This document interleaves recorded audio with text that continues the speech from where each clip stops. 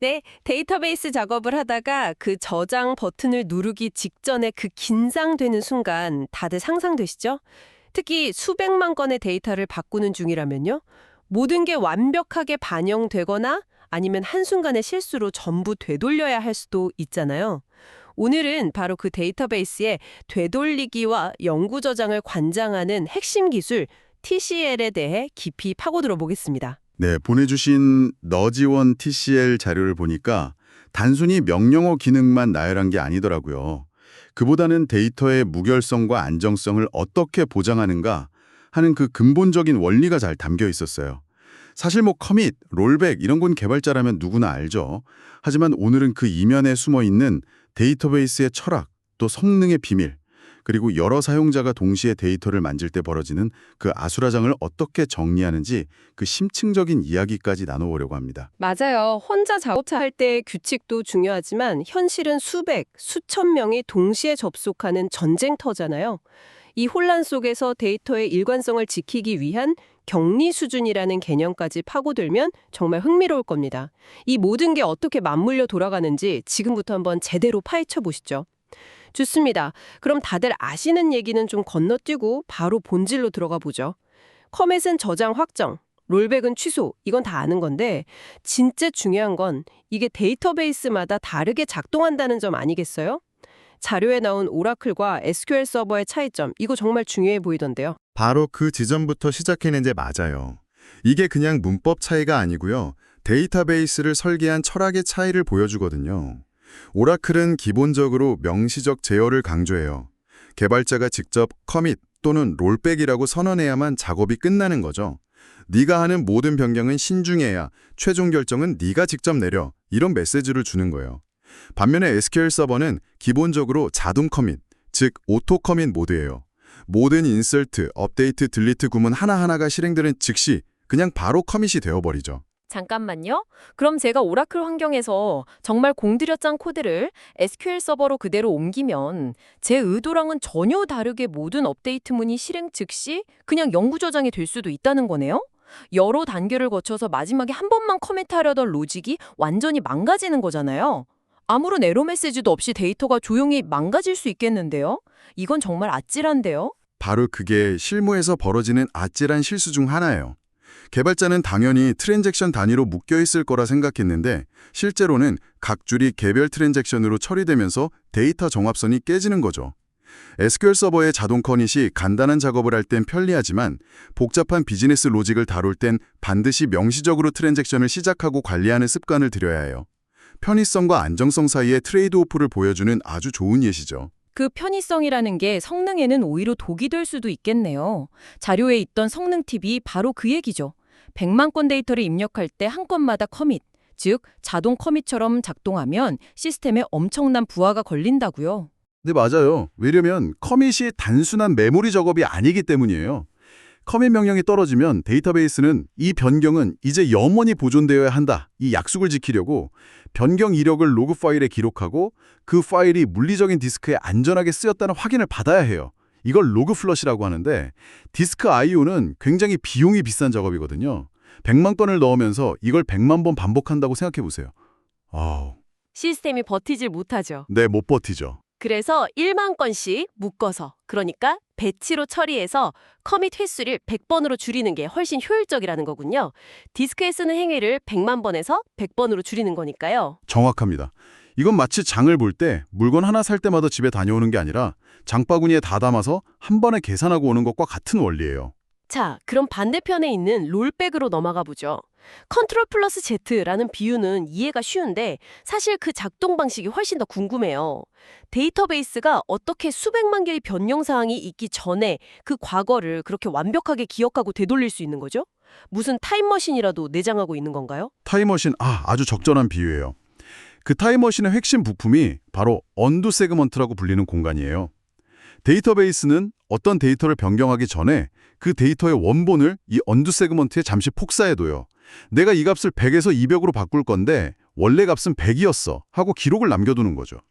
그러다가 롤백 명령이 내려오면 데이터베이스는 이 언두 세그먼트에 기록된 원본 값들을 가져와서 현재 데이터를 덮어 쓰는 방식으로 과거를 복원하는 겁니다. 스냅샷을 따로 보관해 두는 거군요. 그럼 롤백은 오히려 시스템 자원을 더 많이 쓰는 작업일 수도 있겠네요. 변경된 걸 일일이 찾아서 원본으로 되돌려야 하니까요. 맞아요. 그래서 트랜잭션은 가능한 한 짧고 간결하게 유지하라는 조언을 하는 거예요. 롤백이 길어지면 시스템에 큰 부담이 될 수 있거든요. 여기서 정말 재미있는 사실은 이 언두 데이터가 단순히 롤백만을 위해 쓰이지 않는다는 점이에요. 잠시 후에 이야기할 격리 수준에서 다른 사용자가 아직 커밋되지 않은 데이터를 보지 못하게 막고 과거 시점의 데이터를 보여주는 역할도 바로 이 언두 데이터가 담당하거든요. 이야, 하나의 장치가 여러 중요한 역할을 동시에 하고 있었군요. 여기서 정말 조심해야 할 함정도 있었죠. 자료를 보니 크리에이트나 얼터 같은 DDL, 그러니까 데이터 정의 언어는 실행되는 순간 암시적 커밋을 유발한다는 내용이요. 네, 이건 정말 많은 개발자들이 빠진 함정이에요. 제가 신입 시절에 겪었던 실제 경험담인데요. 몇 시간에 걸쳐서 수십만 건의 데이터를 마이그레이션하는 아주 복잡한 트랜잭션을 실행하고 있었어요. 거의 다 끝나갈 무렵에 새로 추가할 컬럼 이름을 살짝 틀린 걸 발견한 거예요. 그래서 이거 간단히 얼터 테이블로 이름만 바꾸면 되지 하고 무심코 실행했는데 그 순간 제 몇 시간짜리 작업 전체가 영구적으로 커밋되어 버렸어요. 아직 검증도 안 끝났는데 말이죠. 으악, 생각만 해도 식은땀이 나네요. 그럼 그 이전의 작업들은 더 이상 롤백도 못하게 된 거네요? 그렇죠. DDL은 데이터의 구조 자체를 바꾸는 막중한 작업이라 대부분의 데이터베이스가 이걸 트랜잭션의 명확한 구분점으로 보고 이전 작업들을 강제로 확정시켜버려요. 데이터 변경, 즉 DML 트랜잭션 중간에 절대 DDL을 섞어 쓰면 안 된다는 걸 뼈저리게 배운 경험이었죠. 그런데 이 전부 되돌리기라는 핵폭탄급 롤백 말고 좀 더 정교하게 딱 여기까지만 취소하고 싶다 할 때가 분명 있잖아요.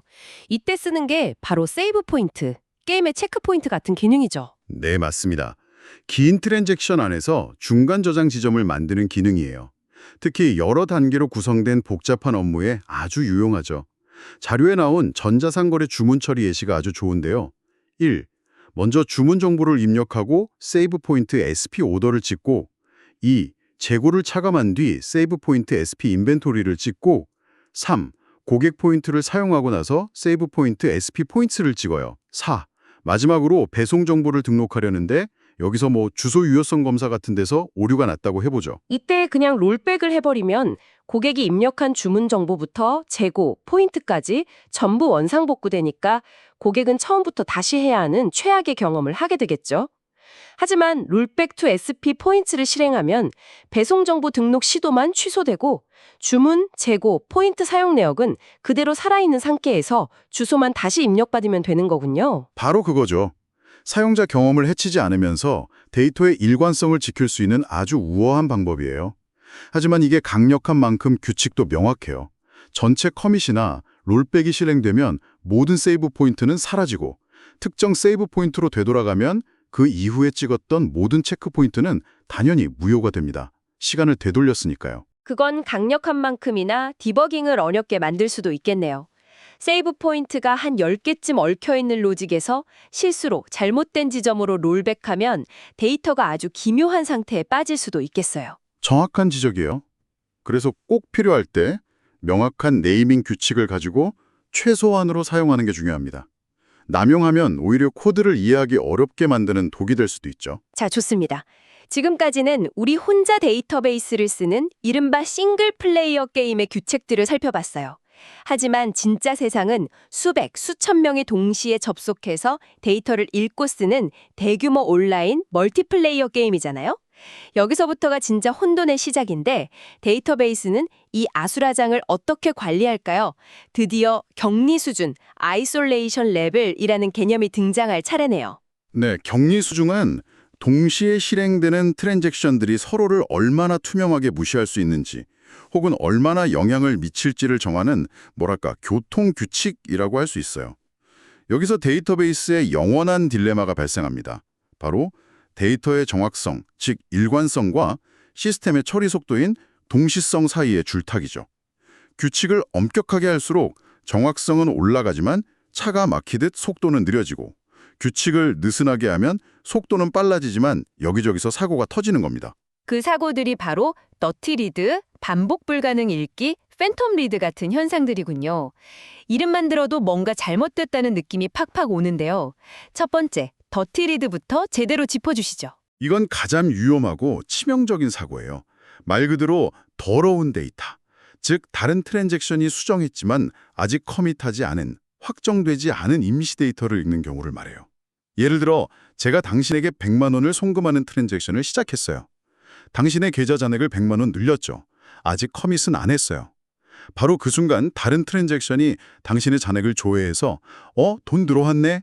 하고 그 돈을 기준으로 대출 승인을 내줬다고 상상해 보세요. 그런데 만약에 송금 과정에서 제가 비밀번호를 틀려서 트랜잭션 전체가 롤백되면 제 송금은 없던 일이 되고 대출 시스템은 잊지도 않았던 허상의 돈을 보고 대출을 내준 셈이 되는 거군요. 이건 정말 재앙인데요. 바로 그게 더티리드의 무서움이에요. 실체가 없는 데이터를 기반으로 비즈니스 로직이 돌아가는 상상만 해도 끔찍한 상황을 만들죠. 그래서 대부분의 데이터베이스는 기본적으로 이 더티리드는 막도록 설정되어 있어요. 그럼 두 번째, 반복 불가능 읽기는 뭔가요? 이건 좀 더 묘모한 문제 같아요. 맞아요. 한 트랜잭션 안에서 똑같은 쿼리로 똑같은 데이터를 읽었는데 중간에 다른 트랜잭션이 끼어들어 값을 바꾸고 퍼밋하는 바람에 첫 번째 조회 결과와 두 번째 조회 결과가 다르게 나오는 현상이에요. 예를 들어 제가 재고 보고서를 만들고 있어요. 1번 상품의 재고를 조회하니 50개였어요. 보고서의 다른 부분을 작성하는 동안 다른 쪽에서 1번 상품 20개가 팔리고 커밋이 됐어요. 제가 보고서 마지막에 최종 검증을 위해 다시 1번 상품 재고를 조회하니 30개로 나오는 거죠. 보고서 한 장 안에서 데이터가 일치하지 않는 모순이 발생하는 거예요. 아, 그래서 반복해서 읽어도 같은 결과를 보장할 수 없다는 의미군요. 데이터 자체의 신뢰성에 금이 가는 상황이네요. 그럼 마지막 팬텀 리드는요? 이건 반복 불가능 읽기랑 뭐가 다른 거죠? 유령이라도 나타난다는 건가요? 거의 비슷해요. 핵심적인 차이는 반복 불가능 읽기는 특정 한 개의 로우의 값이 바뀌는 문제라면 팬텀 리드는 특정 범위를 조회했을 때 없던 로우가 유령처럼 나타나거나 있던 로우가 사라지는 현상이에요. 제가 우리 회사 20대 직원 목록을 조회하니 10명이 나왔어요. 그 데이터를 기반으로 20대 직원 복지 예산을 짜고 있는데 그 사이에 인사팀에서 25살 신입사원 종모를 새로 인서트하고 커밋을 한 거예요. 제가 예산안을 최종 확정하기 전에 명단을 다시 조회했더니 갑자기 11명이 되어 있는 거군요. 네, 유령처럼 직원이 한 명 늘어난 거예요. 특정 데이터를 콕 집어 조회할 때가 아니라 20대 같은 범위 조건을 조회할 때 발생하는 문제군요. 맞습니다. 그래서 이런 문제들을 막기 위해 격리 수준을 단계별로 조절하는 겁니다. 수준이 올라갈수록 안전벨트를 겹겹이 매는 거라 정확성은 높아지지만 그만큼 몸을 움직이기 힘들어지니 성능은 떨어지게 되죠. 그 수준이 총 4단계가 있죠. 레벨 0부터 3까지. 네, 가장 낮은 레벨 0, 리드 언커미티드는 아무런 보호장치 없이 그냥 달리는 수준이에요. 방금 말한 세 가지 끔찍한 사고가 모두 발생할 수 있죠. 속도는 가장 빠르지만 너무 위험해서 거의 사용하지 않아요. 그 다음이 레벨 1, 리드 커미티드인데 이게 오라클이나 SQL 서버 같은 많은 데이터베이스의 기본값이에요. 더티 리드를 막아주죠. 즉, 최소한 커밋된 확정적인 데이터만 읽게 보장해주는 현실적인 균형점이라고 할 수 있어요. 뛰는 데는 이유가 있군요. 하지만 반복 불가능 읽기나 팬텀 리드는 여전히 발생할 수 있는 거고요. 그렇죠. 그래서 그걸 막고 싶으면 레벨 2, 리피터블 리드로 올라가야 해요. 이건 한 트랜잭션이 시작되면 그 트랜잭션이 끝날 때까지는 다른 트랜잭션이 내가 읽은 데이터를 수정하거나 삭제하지 못하도록 막아줘요. 그래서 반복해서 읽어도 항상 같은 결과가 나오죠. 이건 MySQL의 기본 격리 수준이에요. 하지만 여전히 새로운 데이터가 추가되는 팬텀 리드는 막지 못해요. 마지막으로 끝판왕이네요. 레벨 3, 세리얼라이저블. 이건 모든 문제를 다 막아주는 대신 가장 느리다고요. 네, 이름 그대로 모든 트랜잭션을 직렬로, 즉 한 줄로 세워서 순서대로 처리하는 것과 같은 효과를 내요. 내가 특정 범위를 읽고 있으면 다른 누구도 그 범위의 데이터를 추가하거나 수정하거나 삭제할 수 없게 강력하게 잠가버리죠. 데이터는 완벽하게 정확해지지만 다른 트랜잭션들은 내 작업이 끝날 때까지 하염없이 기다려야 하니 동시성이 크게 떨어져요.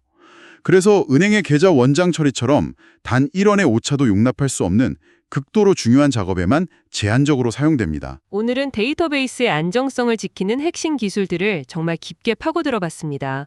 작업을 확정하는 커밋, 되돌리는 롤백, 부분적으로 되돌리는 세이브 포인트 같은 한 명의 사용자를 위한 통제 도구부터 여러 사용자의 혼란 속에서 질서를 잡아주는 격리 수준까지 우리가 보는 데이터 한 줄 뒤에 얼마나 정교한 고민과 약속들이 숨어 있는지 알게 된 시간이었습니다. 여기서 마지막으로 생각해 볼 만한 질문을 하나 던져드리고 싶어요. 오늘 우리가 이야기한 격리 수준은 어디까지나 데이터베이스 내부의 규칙이에요. 그런데 가끔은 이것만으로는 부족하거나 혹은 너무 과해서 우리가 쓰는 애플리케이션단에서 직접 잠금, 즉 럭을 구현하는 경우가 정말 많아요. 혹시 콘서트 티켓이나 항공권을 예매할 때 좌석을 클릭하고 결제하는 몇 분 동안 다른 사람이 그 좌석을 채가지 못하게 막혀 있는 경험 해보셨죠? 이미 다른 사람이 선택한 좌석입니다 같은 메시지요. 과연 그게 데이터베이스가 가장 강력한 격리 수준인 시리얼라이저블로 그 좌석 데이터를 통째로 잠가버려서 그런 걸까요? 아니면 그건 너무 과하니까 애플리케이션 개발자가 사용자의 경험을 위해 이 좌석은 지금 5분간 임시 점유 중이라는 상태값을 따로 만들어서 관리하는 더 영리한 잠금 장치일까요? 이제 당신은 그 메시지 뒤에 숨겨진 복잡한 기술적 선택과 트레이드 오프를 상상해 볼 수 있게 되셨을 겁니다.